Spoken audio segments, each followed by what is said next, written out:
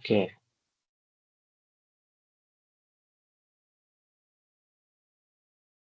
sudah tampil ya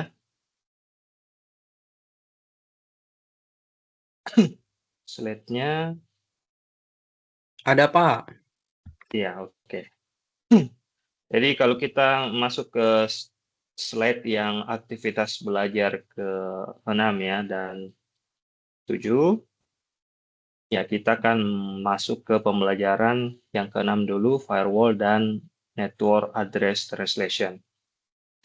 Oh ya, sebelum kita ke sini, eh, bagaimana tugasnya Dendi sudah dikumpulkan untuk tugas yang pertama?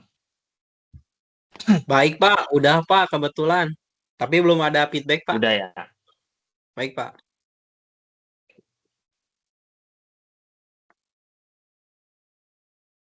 Ya karena saya lihat di sini masih ada beberapa orang ya yang belum mengumpulkan. Dari 20 partisipan, baru 50% yang sudah mengumpulkan.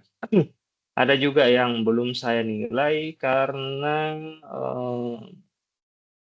oh ya ini, Dendi Wahyudi ya. Pak, Kita cek dulu ya. Iya, ini kumpulnya tadi ya, tadi malam atau barusan? tadi malam, Pak. Mohon maaf itu teh lupa agak kekirim, Pak. Iya, nggak apa-apa karena kan deadline-nya itu sampai tanggal 11 ya.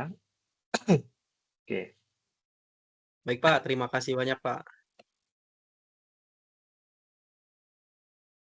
nah ini ya.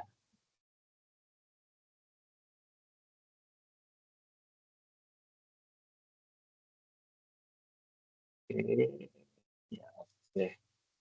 Ya, saya kira tugasnya kalau Bapak lihat secara sekilas ini ya sudah sesuai ya. Oh iya, sorry, saya screen-nya pindahkan dulu.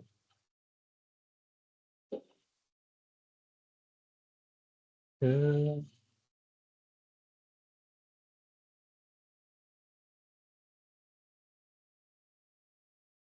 Nah ini ya, jadi ini sudah sesuai ya. Jadi yang pertama itu melakukan sniffing ya, ya menggunakan Wireshark.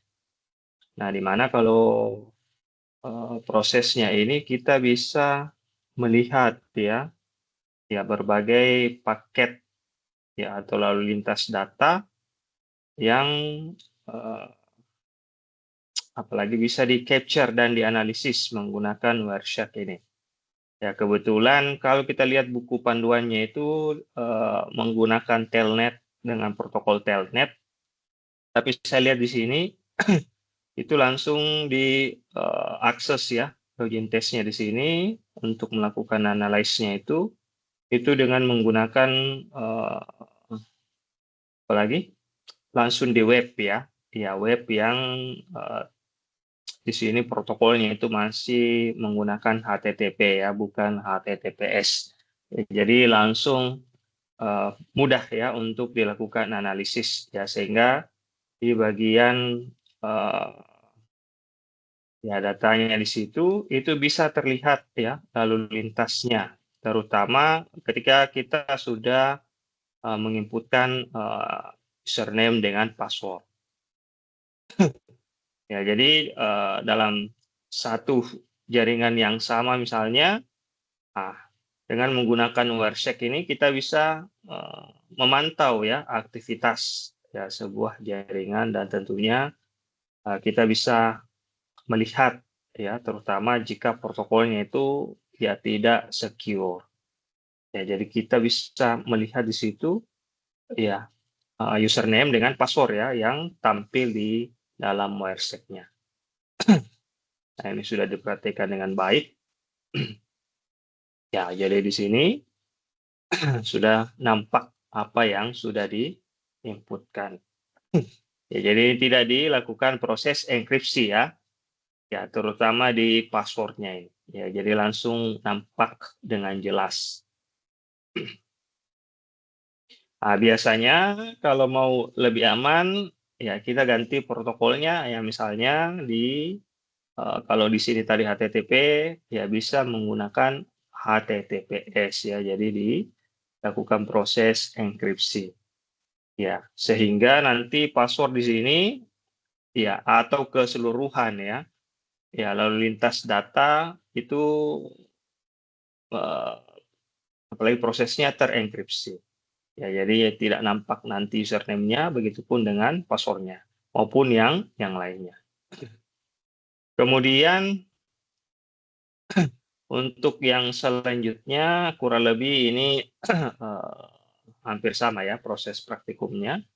Di sini kita melakukan cracking password ya, ya dengan memanfaatkan link ya yang sudah disediakan pada buku panduan. Ya, kemudian ada tabelnya di sini.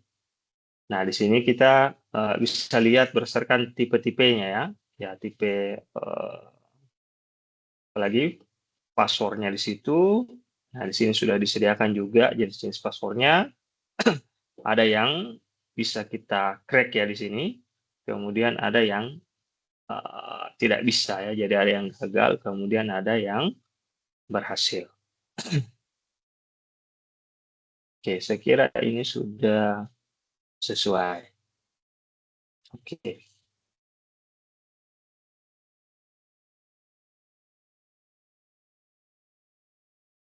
Oke, Bapak stop share dulu ya. Langsung Pak nilai aja di sini. Iya, oke sudah.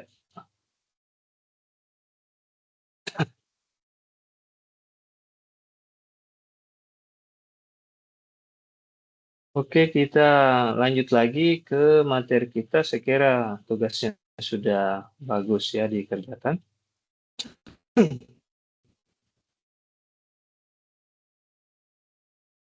Oke, yang pertama tentu kita mesti mengetahui ya definisi dari firewall itu sendiri. Ya, di sini kurangnya kalau biasanya saya lihat ilustrasinya dari gambarnya itu biasanya ada apinya di sini ya. Ya, jadi firewall ya kalau secara harfiah kita bisa sebut sebagai dinding api. Ya, kalau dari ilustrasi gambarnya ya, jadi ada tembok kemudian di temboknya itu biasanya terbakar. Nah, kita lihat definisinya. Jadi firewall merupakan suatu sistem ya pengamanan jaringan. Ya, jadi dia sistem yang tugasnya untuk melakukan pengamanan ya, sesuai dengan mata kuliah kita ya, keamanan jaringan itu sendiri. Jadi firewall ini yang akan melakukan proses perlindungan ya, ya perlindungan, kemudian pemantauan ya, pengontrolan terhadap ini terhadap apa? Terhadap lalu lintas ya yang masuk ya maupun yang keluar. Berdasarkan aturan-aturan tertentu ya, aturan keamanan yang telah ditentukan sebelumnya. Ya, jadi ada aturannya ya, supaya proses lalu lintas yang masuk dan keluar itu ya bisa kita pantau dengan baik. Nah, jadi di sini di gambarnya itu ada ya sebuah PC ya atau beberapa PC yang terhubung nanti dengan firewall-nya di sini, kemudian sebelum mengakses ke internet. Nah, jadi firewall biasanya diletakkan terpisah ya di antara ini jaringan internal, ya di sini jaringannya berbasis LAN ya, kemudian jaringan internet ya atau biasa disebut dengan jaringan publik.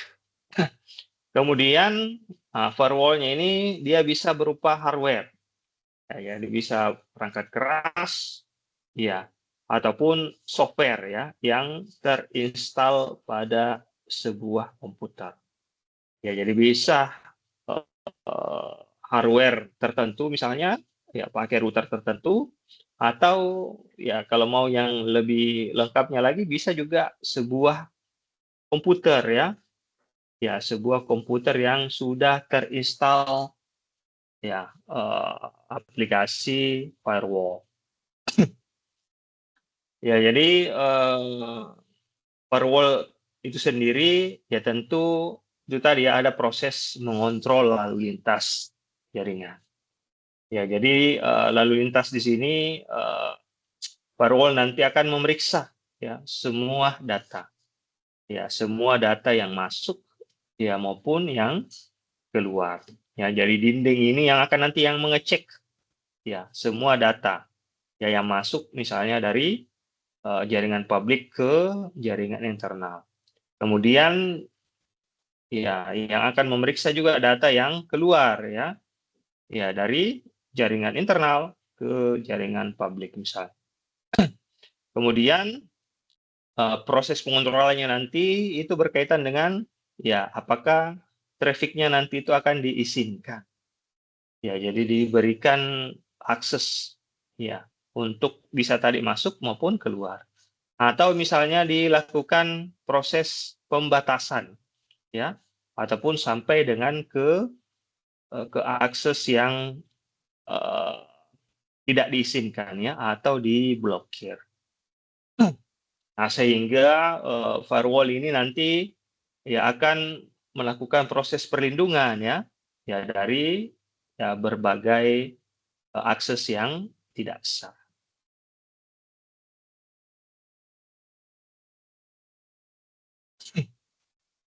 Nah, ini tujuan ya. Jadi tujuan dari penggunaan firewall itu sendiri. Ya, yang tentu yang pertama tadi ya adalah menjaga akses ya dari luar maupun ke dalam ya dari orang-orang yang ya tidak ini memiliki akses ya sehingga tidak dapat dilakukan. Kemudian mencegah ya dan mengendalikan aliran data. Ya, sehingga setiap paket yang melewati firewall akan diperiksa ya berdasarkan kriteria standar keamanan yang didefinisikan pada firewall. Nah, kemudian tujuan yang selanjutnya itu adalah mencegah masuknya trojan, ya virus, phishing, ya maupun spyware ya ke dalam ya jaringan itu sendiri.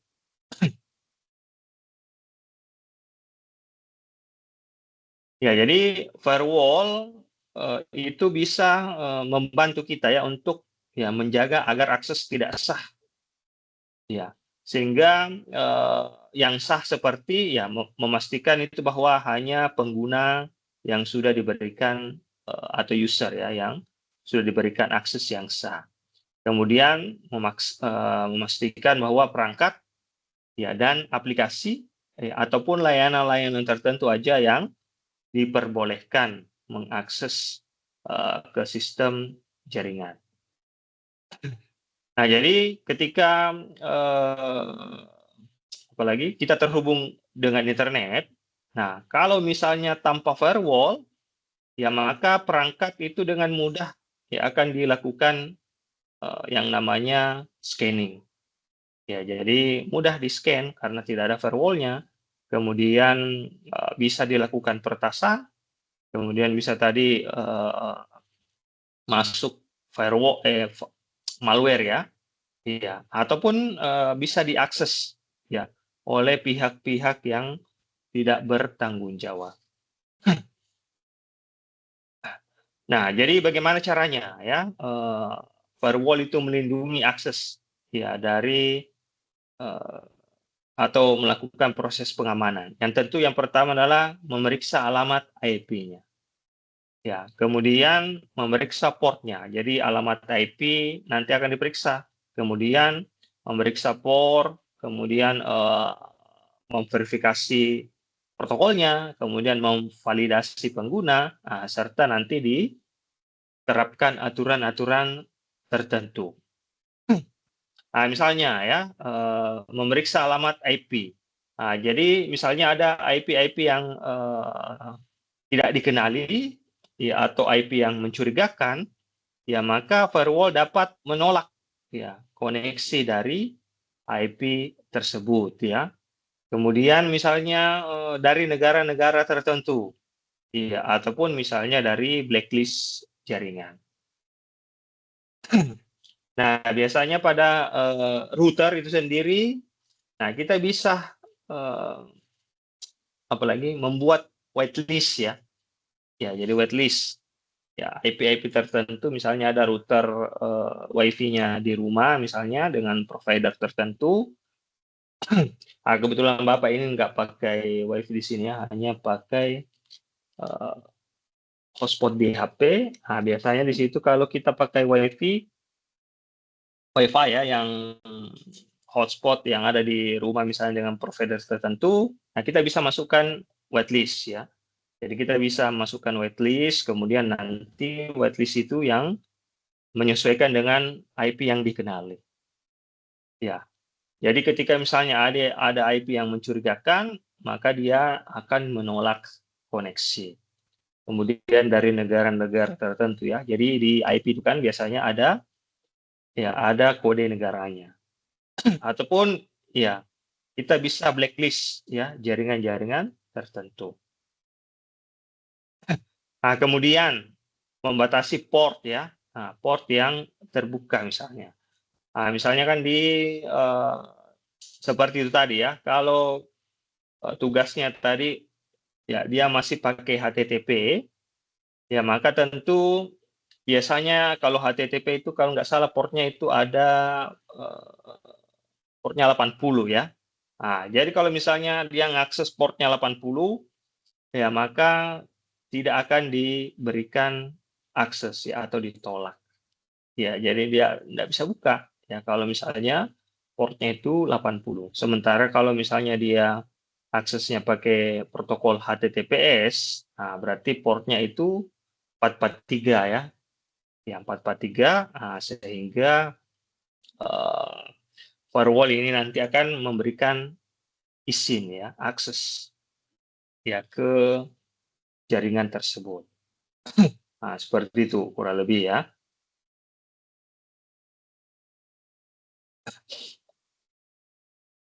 Kemudian mencegah masuknya Trojan ya atau virus ya atau phishing ya atau spyware ya ke dalam jaringan.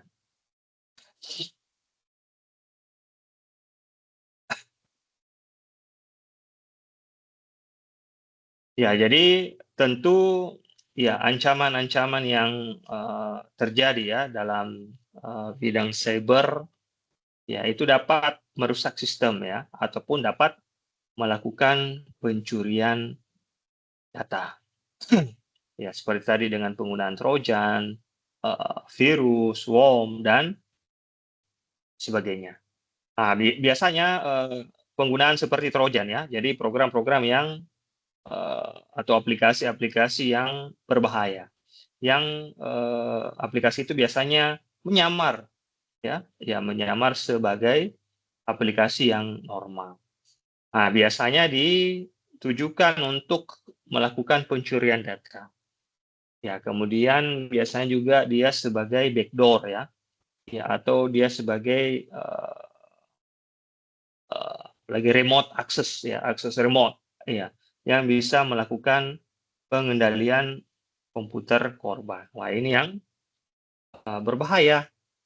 Ya, kenapa? Karena ya kalau misalnya bisa dikendalikan ya maka kita bisa akses ya secara penuh ya. Mulai misalnya dari membuka aplikasi-aplikasi sosial media, ya, email, sampai misalnya mungkin masuk ke penggunaan data perbankan. Kemudian ada virus ya yang bisa merusak ya file atau sistem. Ya, apalagi kalau misalnya bisa sampai melakukan penggandaan diri. Ya, kemudian ada spy ya, spyware ya, berarti tugasnya dia adalah lagi lakukan spy ya, mata-mata ya, untuk misalnya ya dia bisa mengetahui password ya, kemudian aktivitas pribadi maupun misalnya data pribadi. Kemudian ada phishing ya. Nah, jadi ada phishing, itu biasanya, apalagi dia seolah ya membuat, misalnya kalau berbasis email ya, dia akan bikin email palsu ya, seolah-olah seperti misalnya mirip dengan, email Gmail misalnya, atau website-website, palsu misalnya, ataupun ya, pesan-pesan berbahaya. Nah, sehingga, kesemuanya ini ya dengan penggunaan firewall tadi, bisa dicegah ya untuk masuk. Ya mulai dari trojan, ya virus, phishing, dan spyware. Ya kalau aplikasi-aplikasi tertentu biasa langsung dikenal nih. Ya, ataupun misalnya ya, di mana lagi, di aplikasi email biasanya. Nah, biasanya kalau ada, akses email yang masuk yang mencurigakan, ya dengan adanya firewall-nya di email itu sendiri, protokol tertentu, ya maka dia akan memasukkan, email tersebut ke spam biasanya, ya, ke spam ya. Walaupun tidak semuanya spam itu, berbahaya ya, mesti dicek terlebih dahulu. Tapi kalau mau lebih aman ya langsung aja, email yang masuk ke spam itu dihapus. Ya, tapi tidak semuanya juga ya.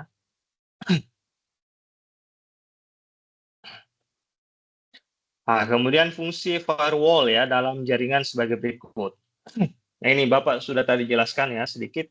Ya, misalnya ada tadi port untuk HTTP ya. Jadi HTTP, nah itu dia portnya di 80 misalnya. Ya, kalau misalnya ada yang coba ngakses keluar, ya dengan portnya, HTTP, ya apakah misalnya akan diberikan akses ya atau tidak misalnya.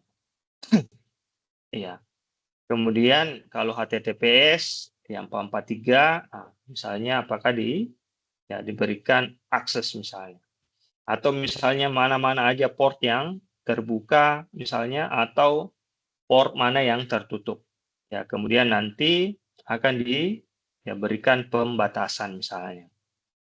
Ya, kalau misalnya, portnya ada,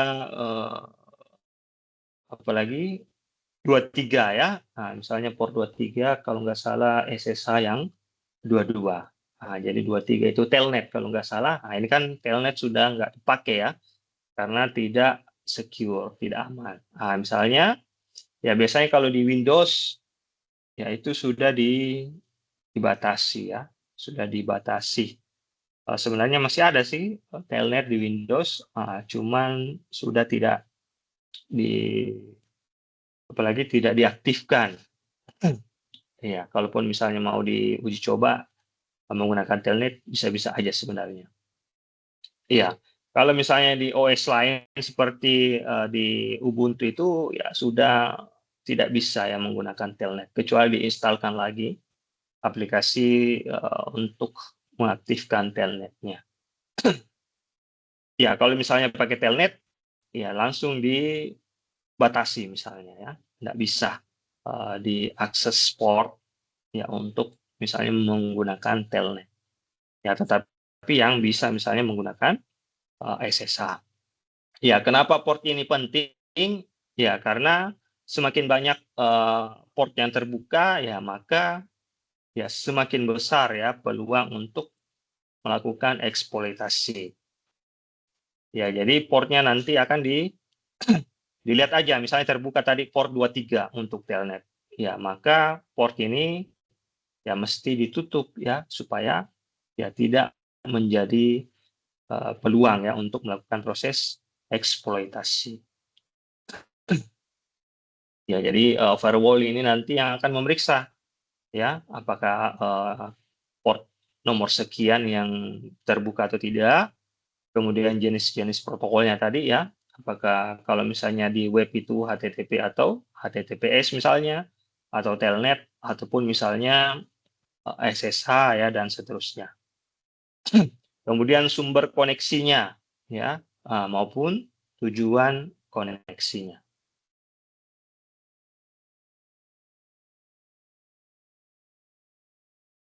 Nah, kemudian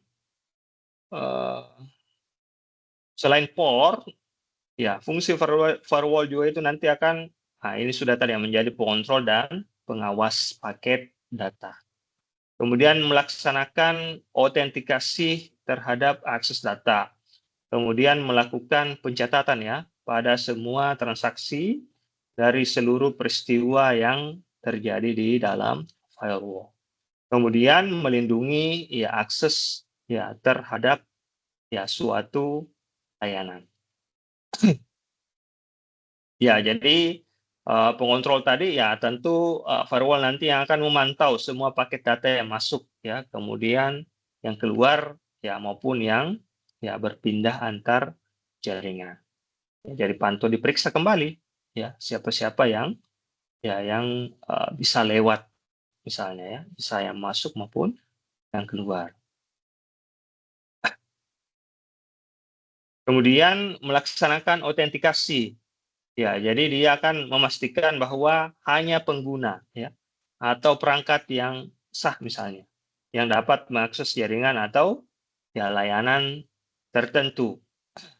Nah, misalnya untuk proses autentikasi nanti dilihat ya mulai dari username ya kemudian bagaimana firewall itu dapat meminta username ya, apakah sesuai ini username-nya atau tidak passwordnya. Kemudian ada PIN-nya ya. Kemudian ada misalnya kalau ada token, ya sampai dengan OTP ataupun misalnya sampai ke ya biometrik.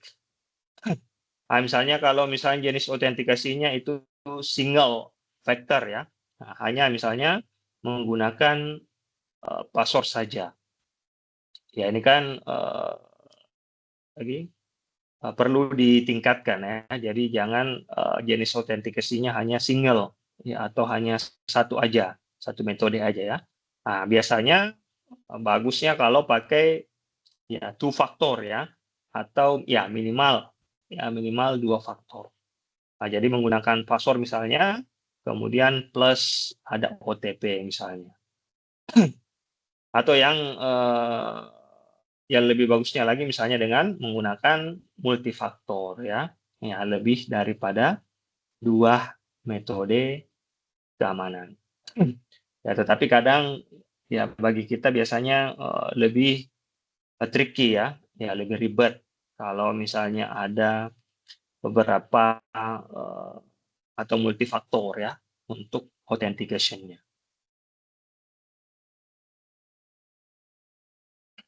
Kemudian melakukan pencatatan ya. Ya. Nah, jadi firewall itu nanti dia berfungsi sebagai logging ya. Ya, jadi log ya dan monitoring. Ya, sehingga aktivitas ke seluruh jaringan itu nanti akan dicatat. Jadi apa-apa aja yang dicatat misalnya ya alamat IP-nya, kemudian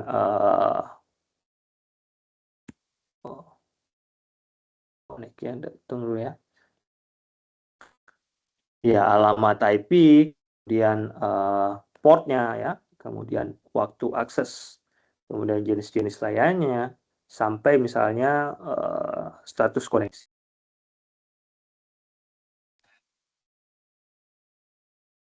Ya, misalnya kita akses ya ke situs-situs tertentu ya. Nah, misalnya di situ nanti jelas ya, ya apakah dia akan tampil di situ nanti alamat IP-nya berapa, kemudian berapa portnya, ya waktu aksesnya dan seterusnya.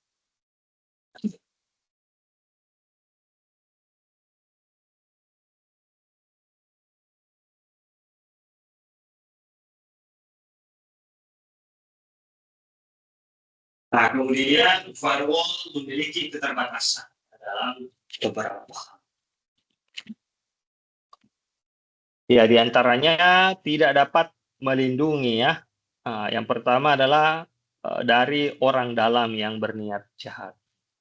Nah, ini agak susah ini karena berkaitan dengan masalah niat. Ya, niat kan tidak bisa kita lihat secara langsung ya, tidak bisa kita ketahui. Ya, jadi firewall ini nggak bisa apalagi memiliki pembatasan ya, tidak bisa melakukan pengamanan ya terhadap niat dari orang lain. Kemudian ya koneksi yang tidak dilewati ya, misalnya ada koneksi yang tanpa melalui firewall juga ya tentu tidak bisa ya dilakukan proses pembatasan tadi. Kemudian dari ancaman yang benar-benar baru. Nah, disinilah pentingnya untuk selalu mengupgrade ya, mengupgrade ya ancaman-ancaman tertentu. Ya, terutama ya misalnya dari ya perkembangan-perkembangan tertentu ya. Ya, baik misalnya ini kan baru-baru terdapat celah ya dari sistem operasi open source ya, seperti Ubuntu itu sendiri. Ya, kenapa bisa terjadi hal-hal yang seperti itu?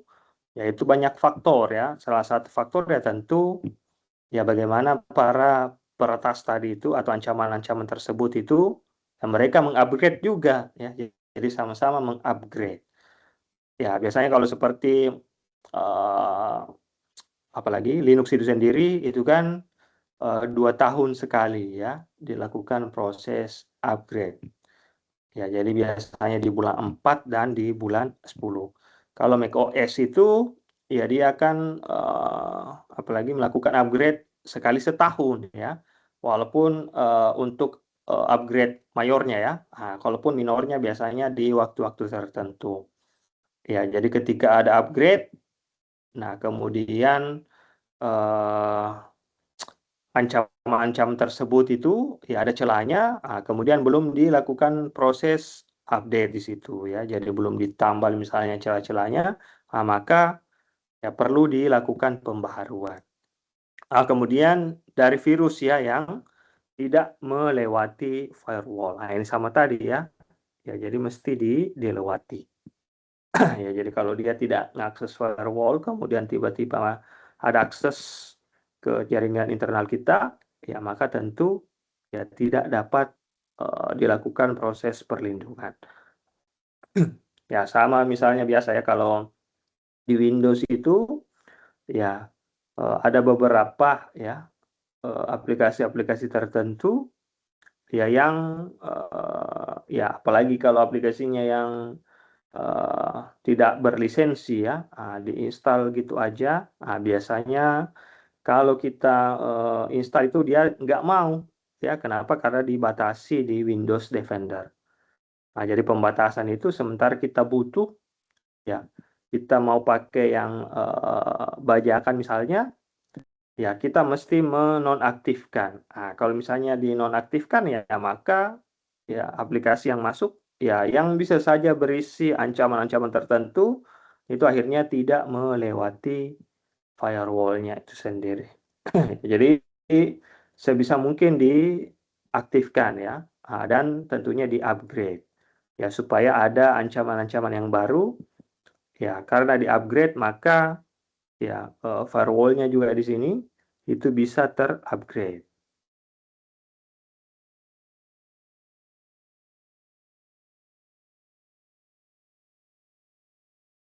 Oke, Bapak cek dulu ini kenapa sticknya.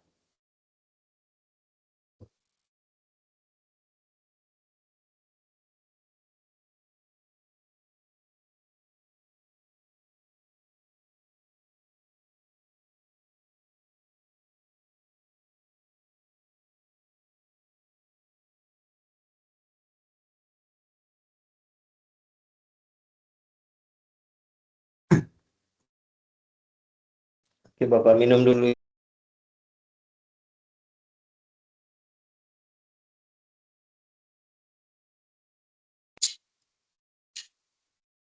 Kemudian kita masuk ke topologi ya dan arsitektur dari firewall. Tadi kita sudah bahas ya bagaimana proses dari firewall sendiri. Sekarang kita coba lihat di sini topologinya.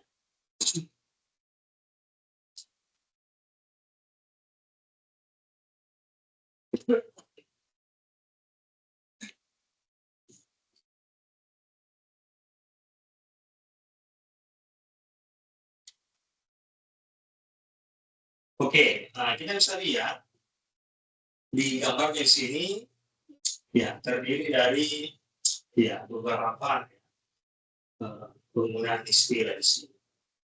Ya, yang pertama tentu ada yang disebut sebagai insight.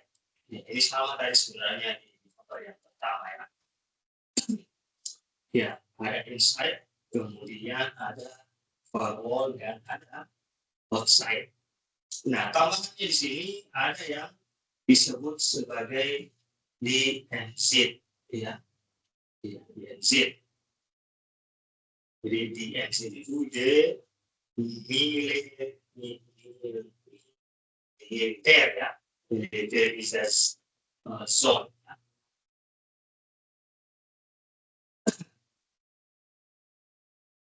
The militer zone, DNZ ya. Nah, kemudian sebelumnya sama inside itu yang berada pada jaringan internal ya. Kemudian outside itu tadi di jaringan luar ya, atau jaringan internet itu sendiri. Nah, di mana kalau kita lihat di sini pada jaringan internal ya, atau inside network, nah kita bisa lihat di situ ada IP-nya ya 192.168 ya, kemudian .1 titik saat itu sendiri.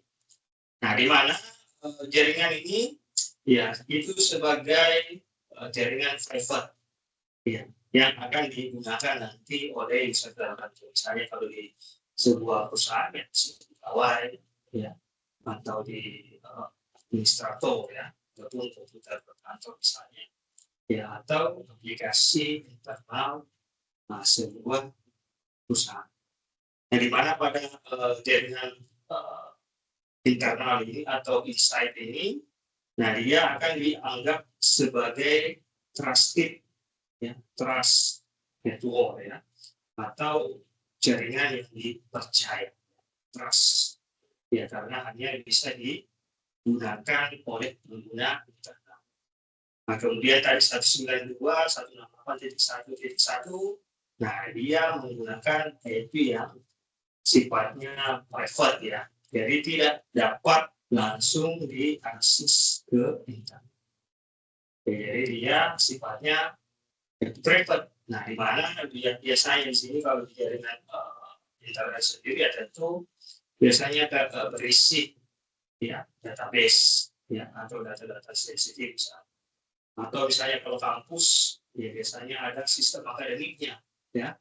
Kemudian ya kalau misalnya perusahaan yang berkaitan dengan e-commerce misalnya ada ya, maupun misalnya server internal.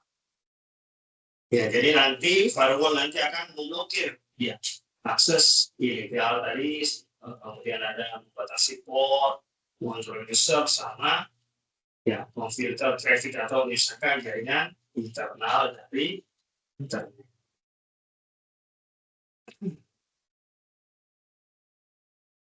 Ya, saya Bapak punya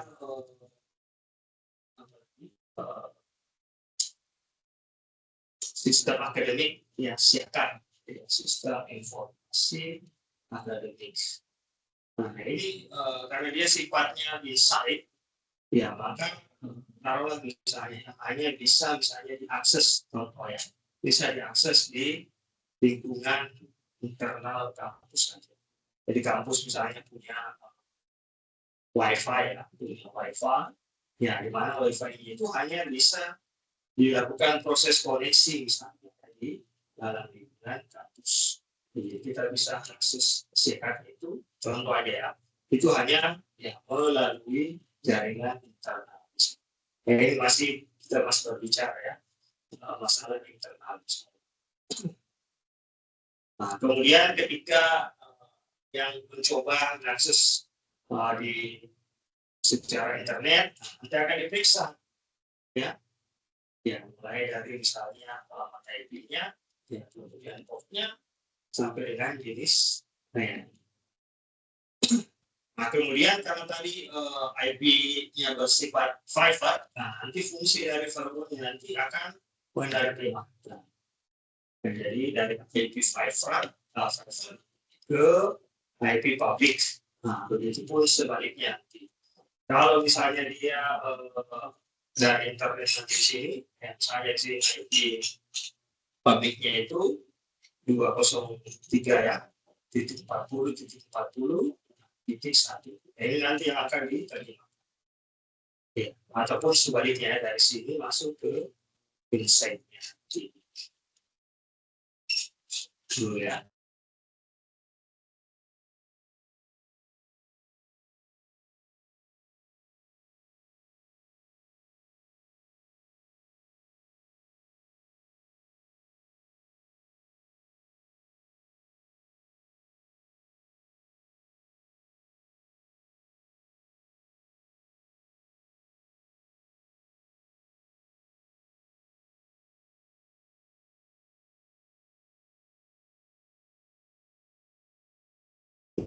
Nah, jadi ada yang disebut sebagai NAT ya, Network Address Translation.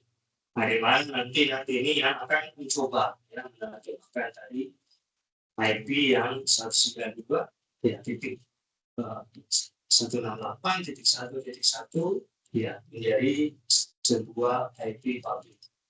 Nah, begitupun sebaliknya ya. Nah, kemudian itu tadi pada sisi yang sebelah kanan tadi jaringan outside-nya itu yang disebut sebagai untrusted ya, jaringan yang tidak dipercaya karena ya dari internet itu tidak.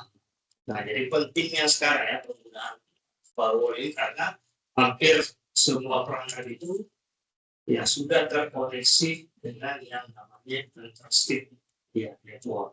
Nah, terutama kalau berkaitan dengan ya masalah data-data yang sifatnya sensitif. Nah, kemudian ada yang disebut sebagai DMZ ya. Nah, ini di bagian bawah ya.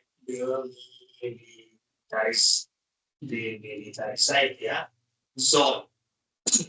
Nah, di mana DMZ ini yang akan berfungsi nanti untuk menambah lapisan keamanan.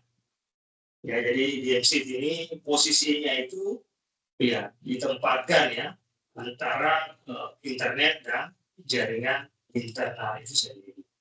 Ya, jadi ada sebuah server ya yang apalagi yang dapat diakses publik ya, tetapi tetap ya dipisah ya dari jaringan internal.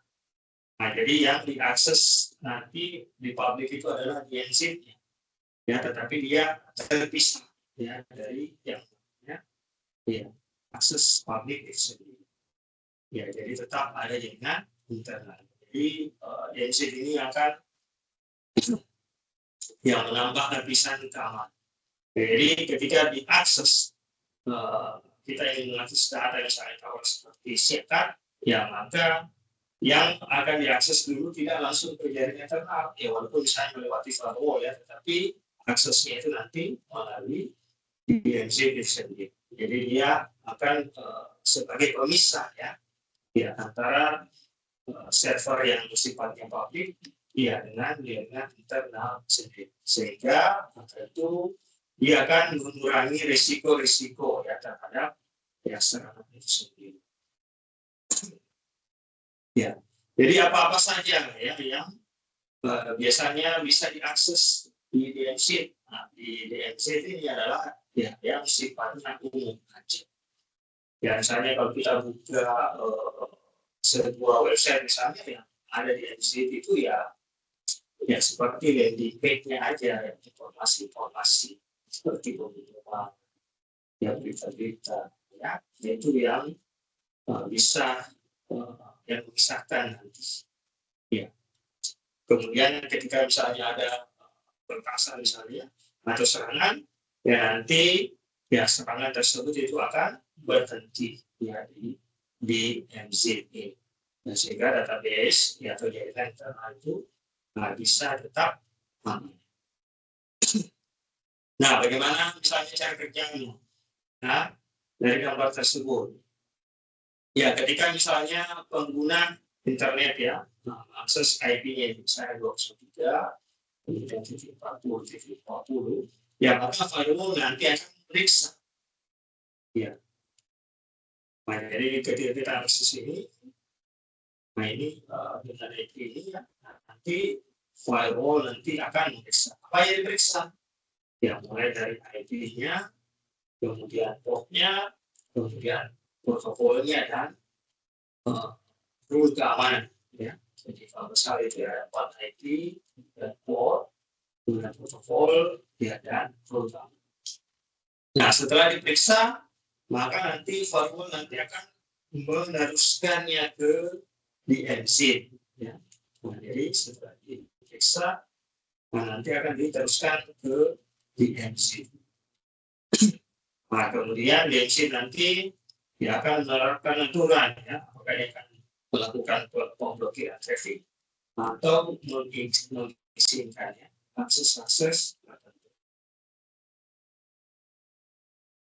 Nah, kemudian setelah itu ya nanti DMZ ini akan melayani tadi ya permintaan yang masuk tadi ya. Jadi akan merespon tadi apa yang misalnya diinginkan oleh user internet itu. Nah, jadi jaringan internetnya itu akan tetap terisolasi ya, tidak dapat diakses secara langsung.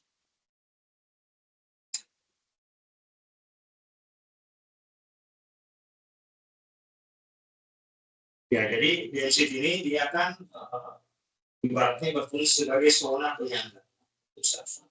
Nah, sehingga yang dapat diakses dari internet itu ya tetap terlindungi untuk jaringan internet.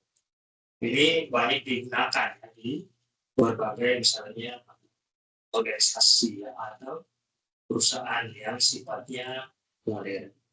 Ya, karena dengan ada tambahan lapisan keamanan seperti DMZ, ya, jadi ada tambahan layernya, ya, layer untuk security-nya, sehingga akses ke jaringan internet itu tidak bisa lebih.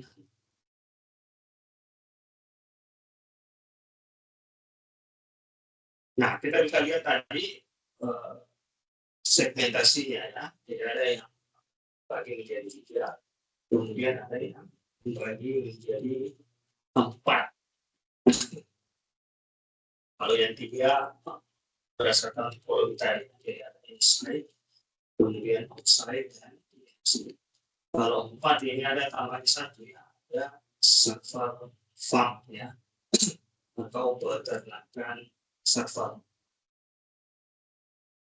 Kalau inside ya sudah dijelaskan tadi, ya dia adalah jaringan internal ya, yang terdiri dari komputer-komputer. Nah, sementara kalau server farm tadi, ya kalau ini hanya terdiri dari komputer internal, kalau server farm berarti nanti terdiri dari banyak server. Kemudian wilayah outside, ya tentu ini yang berkaitan dengan jaringan publik ya, atau internet itu sendiri. Kemudian tadi DMZ, ya server yang dapat diakses dari internal ya, maupun eksternal.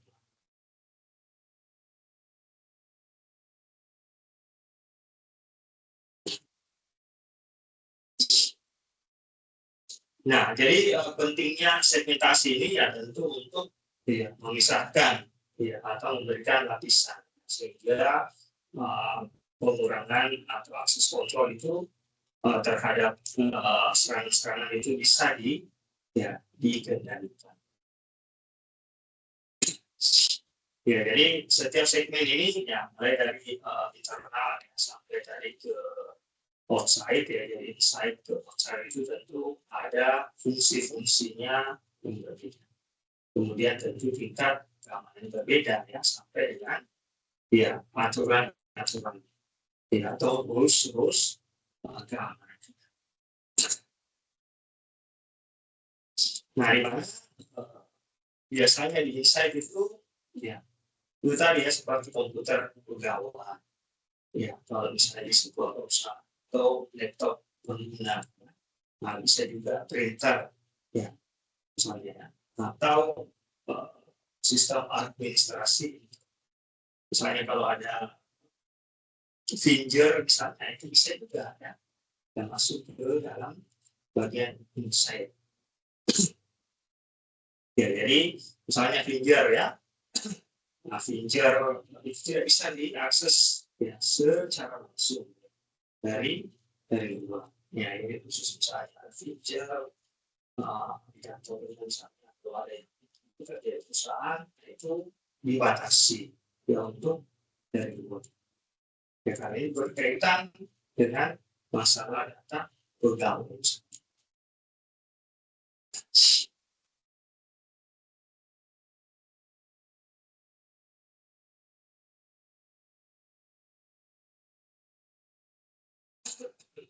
Nah, kita lihat di sini ada 3 jenis ya arsitektur ya dari firewall itu sendiri.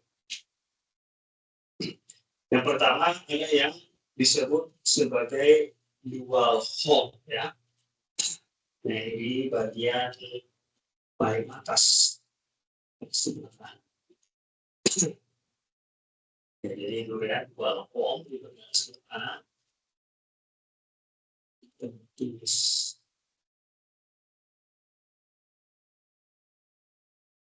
satu ya.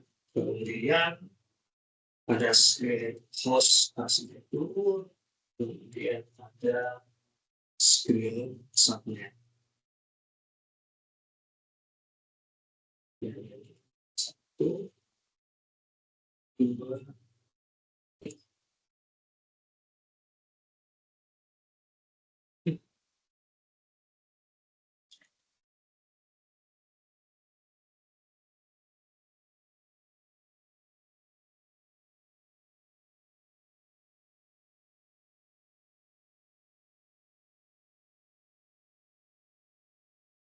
nah, yang pertama dual ya, dual. Nah, berarti ya sebuah komputer ya atau server yang memiliki ya dual tadi ya, 2 kartu jaringan atau 2 NIC ya, Network Interface Card. Ini ada 2 NIC-nya ya. Jadi di sini rata-rata ada 2 komputer seperti itu. Ya, jadi minimal ya 2 NIC ya, sehingga terhubung ke 2 jaringan yang berbeda. Nah, 1 jaringan internal, kemudian 1 jaringan eksternal. Nah, jadi di apa lagi di komputernya misalnya atau di servernya itu dia ada 2 NIC-nya ya, atau 2 kartu jaringan. Di mana di salah satu NIC-nya ada yang terhubung ke inside atau jaringan internal, kemudian ada yang terhubung dengan jaringan eksternal ya, atau inside. Nah, jadi arsitektur untuk dual home ini itu dia sebagai bentuk keamanan jaringan ya, karena hostnya ini ya itu bertindak sebagai penghubung ya, jadi hostnya langsung seperti sebagai penghubung, kemudian sekaligus mengontrol yang akan lintas data ya antar 2 jaringan itu sendiri. Ya, jadi 1 NIC-nya untuk jaringan internet misalnya, kemudian 1 untuk LAN di kantor misalnya atau internal. Nah, jadi 1 interface tadi ya atau 1 NIC itu nanti terhubung ke internet, kemudian 1 yang lagi terhubung ke jaringan internal. Nah, jadi pengiriman antar jaringan tidak bisa dilakukan secara langsung ya, tetapi harus melewati host tersebut. Ya, jadi harus melewati ke 2 NIC tadi nih ya. Nah, biasanya fungsi rutinnya itu dinonaktifkan ya, agar ya paket tidak bebas lewat tanpa kontrol. Nah, apa kelebihannya ya dari dual home ini? Ya tentu ya mudah diterapkan pada jaringan yang kecil. Nah, kalau jaringan besar ya tentu nggak bisa ya, kurang bagus. Nah, kemudian dapat memfilter traffic jaringan tersebut. Nah, kemudian bagaimana kekurangannya?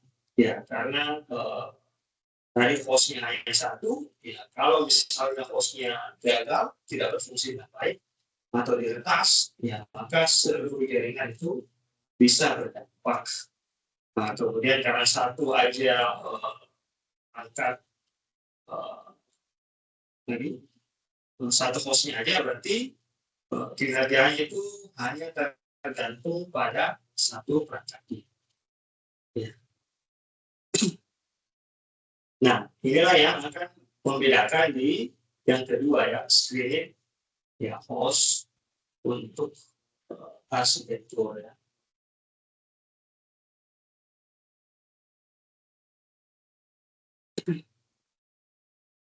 Nah, jadi ini ada tambahannya ya. Ya.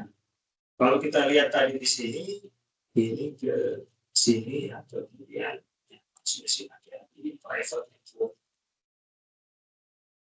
Ini private, nah kemudian di sini ya yang akan yang membantu nanti ya, di sini ada posnya di sini atau di sini di sini kemudian juga di sini. Jadi sini di satu ya, sini kemudian fungsi itu.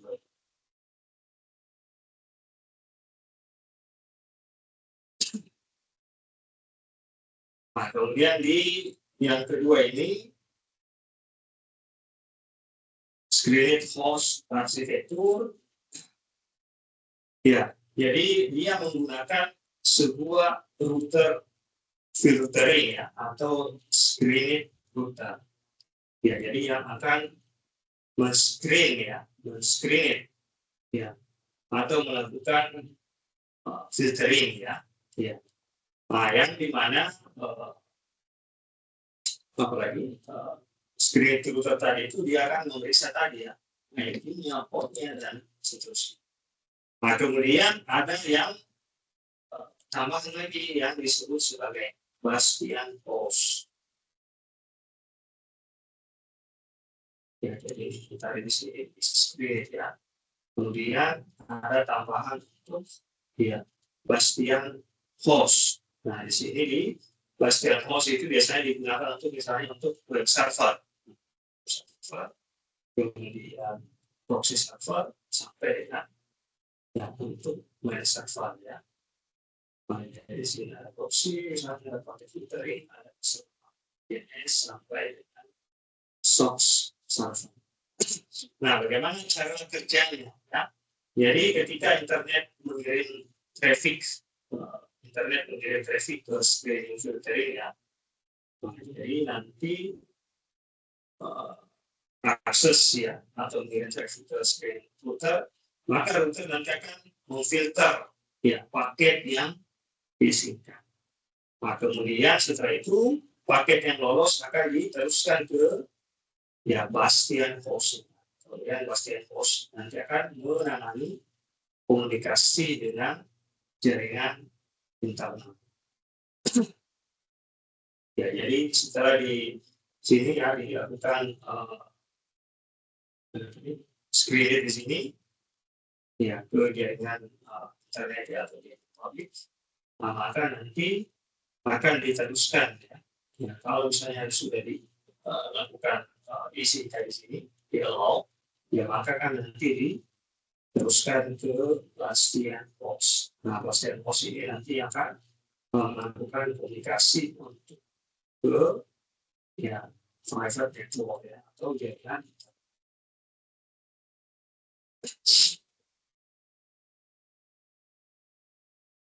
Ya, jadi internet kemudian di screening di router, ya kemudian masuk ke Bastian host, kemudian masuk ke internal network.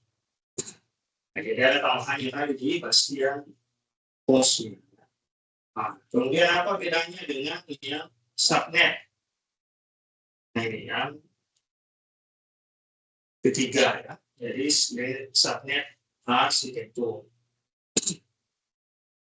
Nah, kalau screened subnet dia menggunakan dua firewall ya, atau dua router filtering ya, dan sebuah DMZ ya. Nah, jadi di sini ada dua, satu di sini ya, router paket filtering, kemudian satu di sini. Nah, inilah yang akan bertindak sebagai DMZ ya. Nah, jadi nanti di screen di sini, kemudian masuk ke DMZ-nya, kemudian setelah itu di screen lagi di sini. Jadi dua juga disebut dengan subnet arsitektur.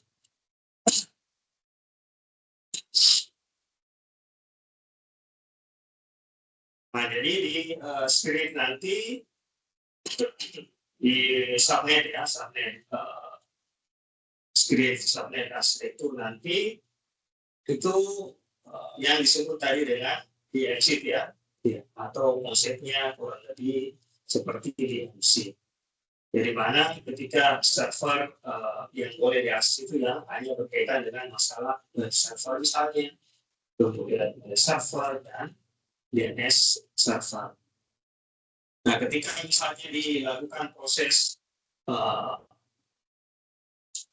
proses peretasan di sini di potensinya dan diretas, maka yang bisa diakses atau yang bisa diretas itu hanya yang berkaitan tadi dengan ya public server seperti tadi web server, my server ya, dan DNS server. Jadi ketika misalnya terjadi peretasan, ya yang bisa diretas itu hanya server DMZ. Nah, sehingga peretas tadi atau hacker itu tidak bisa langsung masuk ke jaringan internet. Ya, apalagi di sini ada dua ya paket router paket filtering ya, jadi dua router ya, jadi di sini jadi dua kali di proses screening. Nah, jadi kelebihannya ya tentu keamanannya jauh lebih tinggi ya dibanding dual host dan screened host. Nah, cuma kekurangannya karena tentu biaya implementasi ini kan ya jauh lebih mahal. Ya, kemudian itu tadi butuh perangkat yang jauh lebih banyak lagi dan tentu butuh konfigurasi yang jauh lebih. Jadi ibaratnya ada external firewall, jadi di screening melalui external firewall, kemudian masuk ke DMZ, kemudian nanti di screen lagi ya dengan menggunakan internal firewall baru masuk ke internal network. Nah, tentu ini ya bergantung fungsinya ya. Kalau misalnya jaringannya ya kecil dengan biaya yang terbatas ya tentu pakai yang sifatnya tadi one home. Ya, tetapi ketika misalnya organisasi yang sifatnya menengah, ya kemudian biayanya ingin lebih murah, silakan pakai yang screened host ya. Tapi kalau misalnya punya biaya yang tinggi, ya dapat ditangani ya biaya tersebut. Ya, saya kira nggak ada masalah ya kita pakai yang screened subnet.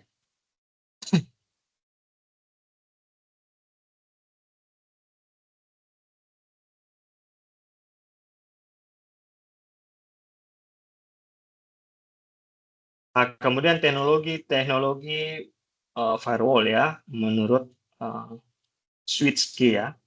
Nah, yang pertama ada yang disebut dengan paket filtering. Nah, ini sudah tadi ya yang akan melakukan pengendalian ya secara selektif untuk menentukan arus paket ya dari dan atau ke ya. Jadi ada yang dari mana ke mana, dari inside ke outside misalnya, atau dari outside ke inside ya, ke sistem jaringan internal ya menggunakan sejumlah rules tertentu atau kriteria kebijakan keamanan. Kemudian ada yang disebut dengan proxy ya, proxy service.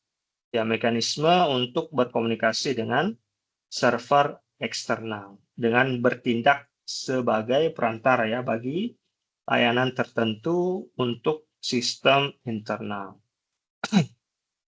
Nah, firewall jenis ini dinamakan application layer gateway firewall ya. Ya, atau disebut dengan proxy server firewall ya karena ya bekerja pada layer application. Kemudian yang ketiga ada NAT ya, Network Address Translation. Nah, di mana nanti NAT ini berfungsi sebagai ya pemetaan ya alamat IP public ke alamat IP private yang akan menerjemahkan ya dari IP public ke IP private. Nah, begitupun sebaliknya ya dari IP private ke IP public. Ya, jadi nanti NAT ini yang akan memperkuat ya sistem pengendalian firewall ya terhadap koneksi keluar dan ke dalam sistem. Ya, kemudian membatasi incoming traffic ya traffic yang masuk dan menyembunyikan ya tadi ya, menyembunyikan konfigurasi jaringan internal. Ya, karena itu tadi ya dilakukan penerjemahan tadi ya dari IP private ke IP public ya ataupun sebaliknya ya dari IP public ke IP private. Nah, untuk paket filtering, nah itu kan tadi kita di sini tadi dijelaskan bahwa menggunakan ya sejumlah kebijakan ya. Ya, jadi kebijakannya bisa misalnya untuk kebijakannya di paket filtering ini dia bisa memeriksa data ya untuk yang masuk dan yang keluar ya. Nah, ini biasanya cek ya pada layer ketiga ya dan layer yang keempat. Ya, kalau di mata kuliah jaringan komputer biasanya di network layer dan transport layer ya pada model OSI ya. Jadi kan ada OSI 7 layer itu ya. Nah, jadi di paket filtering, nah itu tadi sudah kita jelaskan ya bahwa nanti akan dicek IP address-nya. Ya, alamat aslinya ya. Ya, kemudian destination, ya tujuannya mau kemana, kemudian dicek nanti portnya juga, ya. Nah, kemudian nanti dilakukan proses apakah di accept atau di allow ya, diizinkan atau di drop atau di deny ya, ditolak ya, ataukah misalnya nanti di reject ya, dikembalikan pesan yang errornya.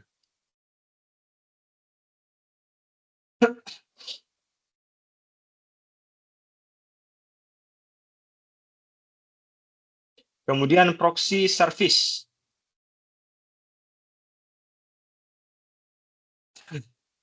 Nah, jadi proxy service ini itu dia sebagai perantara ya, intermediary ya antara klien internal dengan server internal ya dari internal dan server. Ya, jadi internal ini atau klien internal itu tidak bisa langsung ya terhubung ke internet.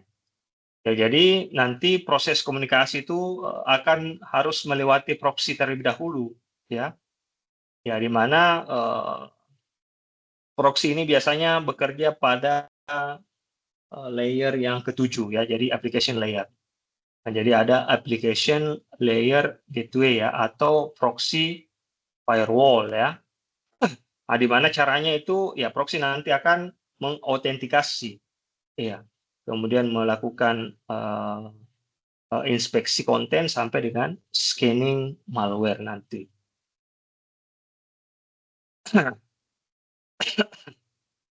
Nah, bagaimana prosesnya ya? Jadi ketika misalnya setelah dilakukan pemeriksaan, ya maka nanti proxy akan membuat koneksi baru, ya, untuk nanti dilakukan proses pemeriksaan nanti di proxy firewall. Nah, kemudian nanti baru bisa ke internet server. Nah, jadi fungsinya dari proxy firewall ini ya dia akan menyembunyikan ya identitas internal. Ya, jadi IP dari klien ini tidak terlihat ya oleh internet. Nah, kemudian nanti dia akan memblokir ya, memblokir misalnya ada situs-situs berbahaya misalnya, atau misalnya dari media sosial ya, ya atau sampai ke hal-hal yang sifatnya ilegal. Ya, jadi yang di scan nanti atau yang diperiksa itu ya filenya ya dan traffic ya dari aplikasinya.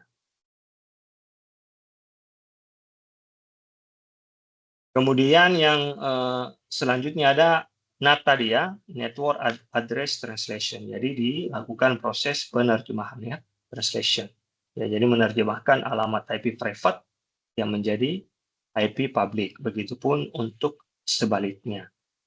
Ya, jadi NAT ini ya memungkinkan banyak perangkat dalam jaringan lokal berbagi ya satu alamat IP. Nah, ini lagi kelebihannya ya. Jadi satu IP public, nah itu kita bisa bagi-bagi ya menjadi ya banyak perangkat ya untuk jaringan lokal. Nah, sehingga tentu jaringan IP publiknya tadi ini, alamat IP publiknya ini bisa bisa dihemat ya karena ya sudah di translation ya, sudah diterjemahkan tadi ya untuk jaringan lokalnya. Jadi banyak perangkat di jaringan lokal ya yang terhubung dengan NAT ini, kemudian hanya satu tadi ya alamat IP public. Ya, kemudian fungsinya tadi NAT itu adalah menyembunyikan jaringan internal ya, kemudian menambah ya keamanan.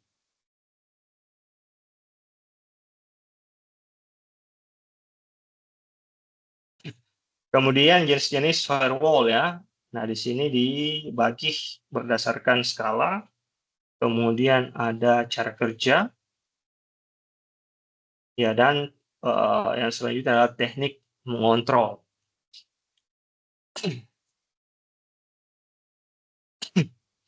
Nah, kita bisa lihat di sini kalau misalnya berdasarkan skala dibagi atas dua ya. Ada personal, ya kemudian ada network. Ya, kalau personal ya tentu di suatu komputer ya untuk melindungi ya dari akses yang tidak diizinkan. Ya, kemudian firewall jenis ini berevolusi menjadi sebuah kumpulan program ya yang bertujuan untuk mengamankan komputer secara total ya dengan ditambahkan beberapa fitur pengaman tambahan ya seperti proteksi terhadap virus, anti spyware, anti spam dan yang lain-lain. Ya, jadi di dalam firewall-nya ini biasanya ya ditambahkan. Nah, ini di perangkat-perangkat komputer kita misalnya, di HP misalnya, atau di laptop misalnya, dan yang lain sebagainya. Kemudian ada network firewall. Nah, ini yang tugasnya adalah melindungi jaringan. Nah, kalau ini tadi di komputer, nah ini kemudian di jaringan itu sendiri ya, secara keseluruhan ya, dari semua serangan yang berasal dari jaringan luar. Nah, ini biasanya firewall ini biasanya bertindak sebagai perimeter ya jaringan dan melakukan segmentasi jaringan. Nah, ini tadi yang akan membagi tadi ya segmennya menjadi 3 kan misalnya atau menjadi 4. Nah, di sini ada contoh firewall networknya ya, ada Cisco ASA, ada Checkpoint, ada PFC, dan ada Endian Firewall. Kemudian berdasarkan cara kerja. Nah, yang pertama ada paket filtering ya. Kemudian ada application gateway filtering dan circuit level filtering. Circuit level gateway, sorry. Nah, untuk paket filtering, Nah, ini sudah kita jelaskan tadi sebelumnya ya. Jadi yang pertama packet filtering sudah, kemudian application gateway filtering juga sudah. Nah, kemudian kita masuk ke yang ketiga ya, circuit level gateway.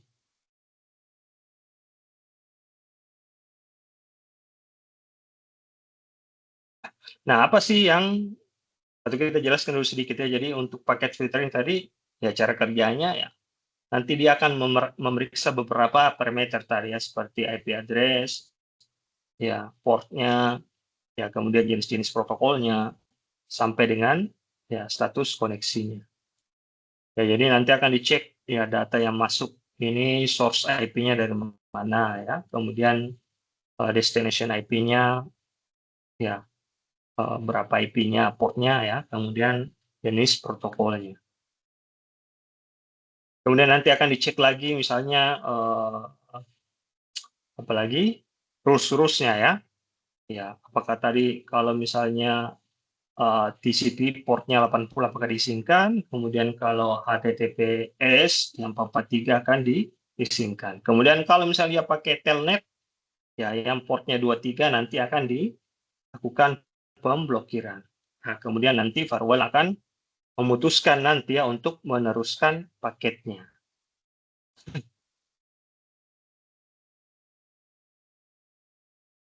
Kemudian application gateway filtering, nah ini berkaitan dengan ya firewall yang bekerja pada layer aplikasi ya, yang bertindak sebagai perantara tadi atau proxy ya antar klien dan server. Nah, di mana cara kerjanya tadi itu dia akan menerima request ya dari user, kemudian nanti memeriksa isi datanya apa, kemudian memvalidasi keamanan, barulah nah ini membuat koneksi baru ya. Nah, jadi koneksi dia akan membuat koneksi di sini ke server tujuan. Nah, sementara untuk yang ketiga circuit level gateway, nah dia akan bekerja ke layer yang kelima. Ya, kalau tadi proxy di layer yang ketujuh, nah sementara kalau di circuit level gateway itu dia akan bekerja pada layer yang kelima, ya, atau session layer. Nah, jadi kalau tadi di yang kedua tadi di proxy dia akan membentuk koneksi, ya.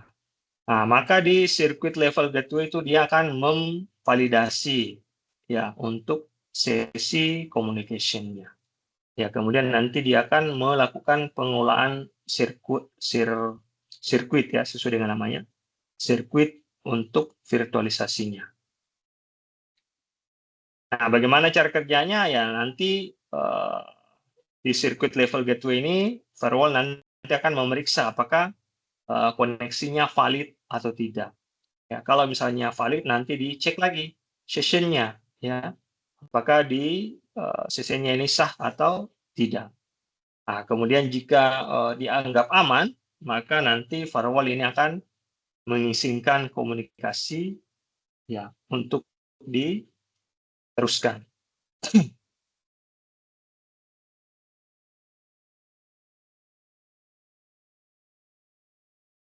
Nah, kemudian yang terakhir teknik mengontrol lalu lintas. Ya, di sini di bagian atas 4 ya ada service control, ada direction control, kemudian ada user control dan behavior control. Nah, kita lihat dulu yang pertama ya, service control.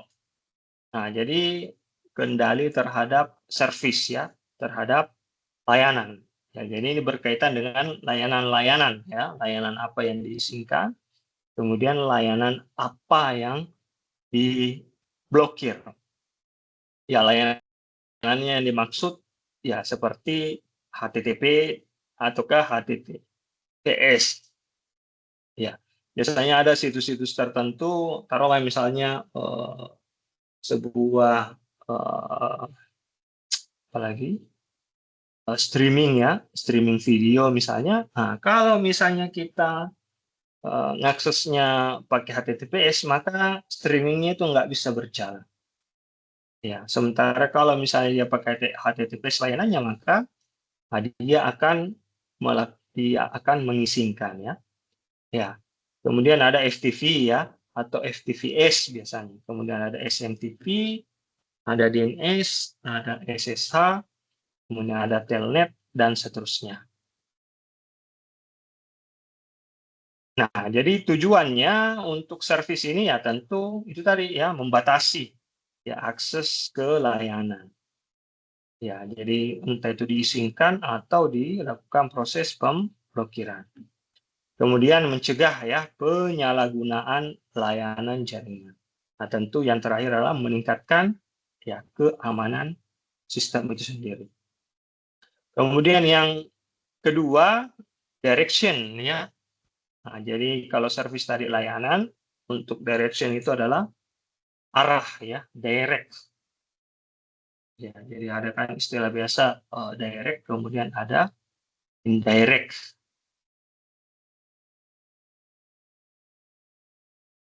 Nah, kalau direct ini berkaitan dengan arah tadi, di mana firewall nanti akan menentukan traffic mana yang boleh masuk. Ya, kemudian traffic mana yang boleh keluar. Ya, ya jadi nanti dicek ya traffic mana ini. Apakah ini trafficnya bisa masuk dari uh, komputer A misalnya, ya dari layanan A. Kemudian apakah traffic ini bisa keluar ya, ya dari komputer C misalnya ke komputer D. Ya, jadi dia akan mengontrol aliran data, kemudian mencegah akses yang ilegal.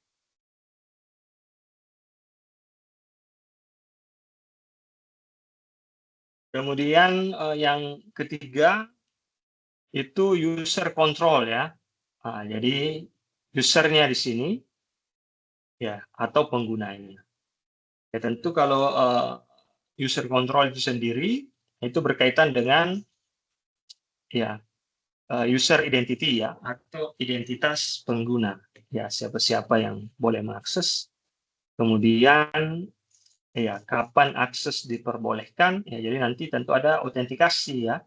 Autentikasi kemudian otorisasi dan manajemen pengguna. Ya, bagaimana misalnya kalau admin, user yang WES ya. Kemudian bagaimana kalau misalnya levelnya manajer dan seterusnya. Kemudian behavior ya. Nah, ini behavior berkaitan dengan behavior ya, kebiasaan ya atau perilaku-perilaku. Ya. Ya, jadi kalau tadi firewall melihat siapa pengguna ya atau layanannya seperti apa yang digunakan, maka di sini di firewall ya bagaimana layanan itu digunakan. Ya, kemudian ada pola-pola aktivitas. Ya, kalau misalnya tiba-tiba di jam-jam tertentu, ya terutama misalnya tengah malam tiba-tiba traffic naik, sementara pola-pola selama ini tidak seperti itu, ya maka firewall nanti akan membatasi. Ya, makanya itu tadi ada log ya untuk mencatat. Ya, jadi kita bisa melihat log ini ya pola-polanya seperti ini. Ya, kemudian dari pola-pola seperti itu maka kita lakukan pembatasan. Atau misalnya kadang-kala itu sebuah server ya ketika misalnya tiba-tiba di waktu-waktu tertentu misalnya ada pendaftaran ya pendaftaran di web misalnya kemudian membludak ya karena di waktu-waktu tertentu membludak maka firewall nanti melihat pola-polanya ini ya kalau misalnya dia apalagi membludak di waktu-waktu tertentu maka akan dibatasi nanti. Ataukah misalnya di polanya ini membludak atau trafficnya naik, misalnya overload, ya misalnya di firewallnya itu harus menggunakan OTP ya, maka nanti perilakunya ini atau polanya nanti ya nggak usah pakai OTP misalnya ya. Jadi yang awalnya multi atau dual faktor, ya kembalikan aja ke single. Nah, seperti itu ya. Kalau misalnya lalu lintas trafficnya ini, overload ini tidak bisa diatasi di server.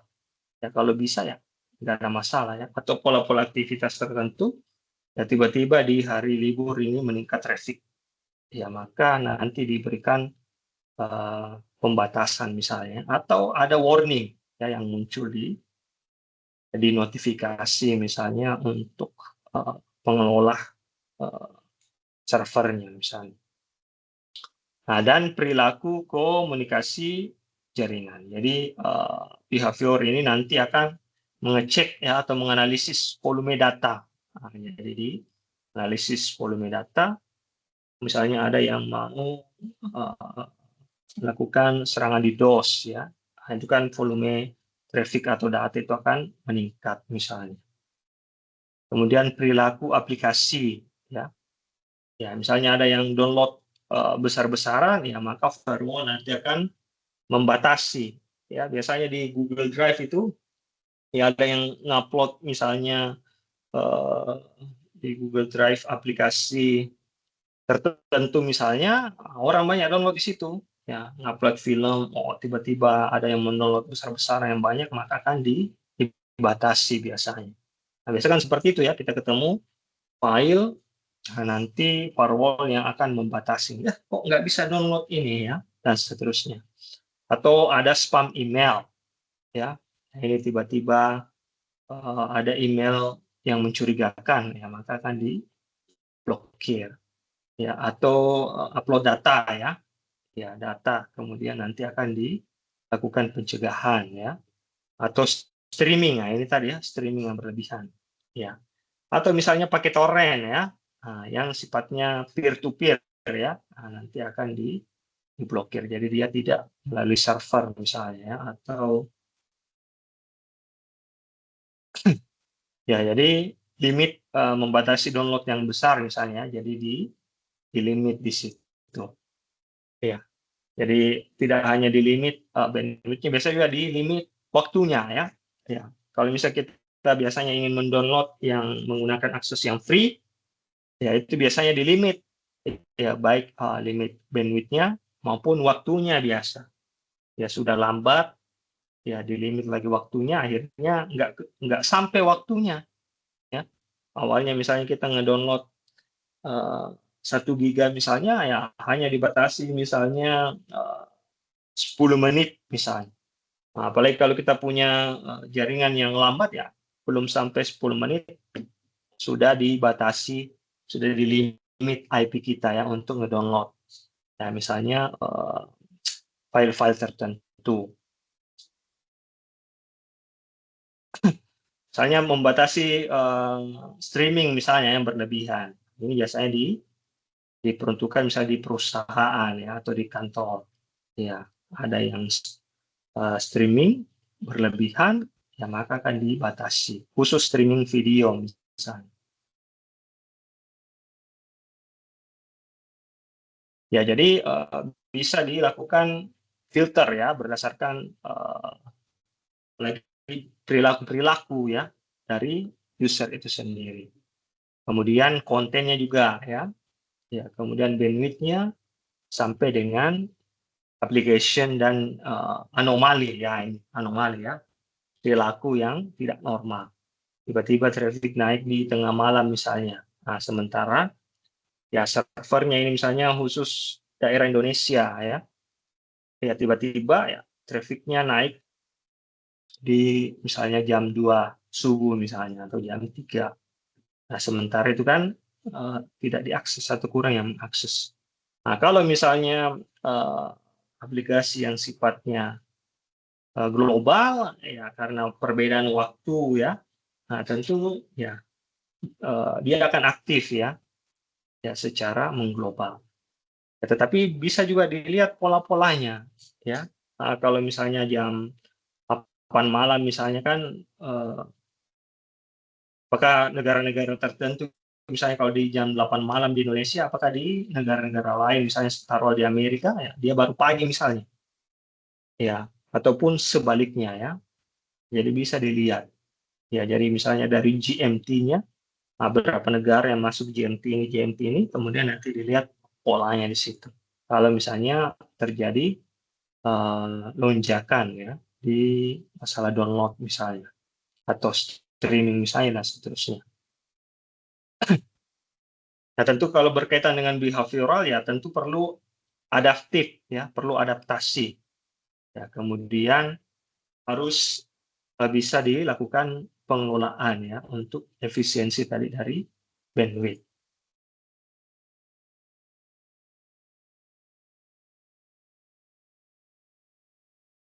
Oke.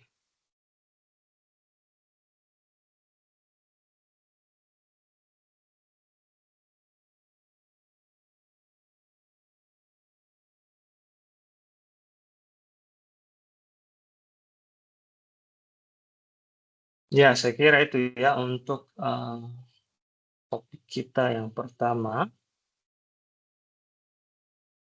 Untuk web kita yang kedua ya, ini waktunya sudah 10.39 ya, di wilayah waktu Indonesia Tengah ya. Ya, untuk bagian Indonesia Barat mungkin baru 9.39. Ini kita sudah hampir 2 jam ya pembahasan kita. Saya kira cukup di topik kita ini pada pagi menjelang siang ya. Kalau kita lanjut lagi ke aktivitas belajar yang ketujuh, saya kira waktunya nggak cukup. Mungkin ada pertanyaan yang sempat hadir, Andy mungkin?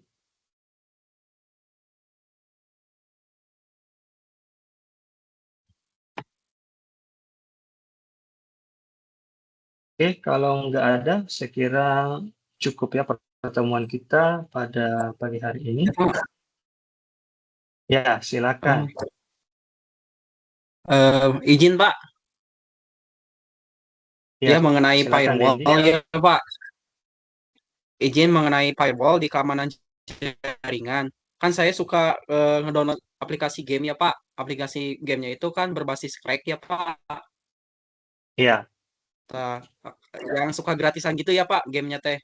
Kalau misalnya firewallnya diaktifin, saya aplikasinya itu ngeblank Pak. Kalau dimatiin, betul. bisa main game. Itu dampak Ya, ke kitanya jangka panjangnya apa Pak? Mungkin gitu aja Pak sih Pak. oke. Nah, ini juga ya yang selalu menjadi eh, kendala ya di masalah lagi aktivitas ya. Ketika misalnya kita bermain game ya, terlepas misalnya dari gamenya itu yang bajakan misalnya atau yang legal ya. Kadangkala yang legal pun itu ketika kita mengaktifkan firewall ya, itu kadangkala dia nggak bisa diakses. Ya, padahal ini jelas-jelas gamenya legal ya, atau pun tidak legal. Ya. Terlebih lagi kalau misalnya dia yang tidak apalagi tidak legal atau ilegal.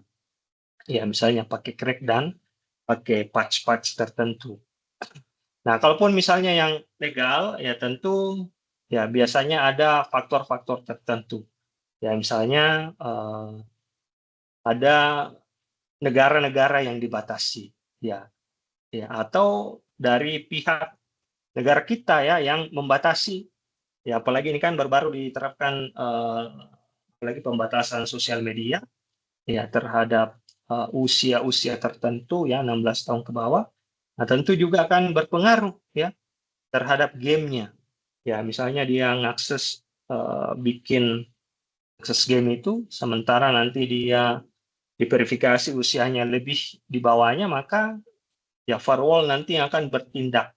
Ya, entah itu firewall di pihak HP-nya, ya, ataupun firewall nanti yang membatasi dari pihak pemerintah, misalnya.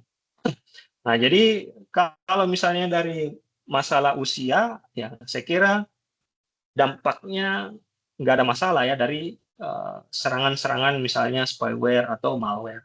Nah, tetapi yang ditakutkan itu tadi ya ketergantungan misalnya, karena di bawah usia-usia tertentu ya itu butuh apa lagi? Butuh penerapan pembatasan ya untuk penggunaan gadget misalnya, baik itu sosial media, game dan lain sebagainya. Ya apalagi kan kebanyakan game itu ya sudah terkoneksi ya misalnya dengan berbagai sosial media.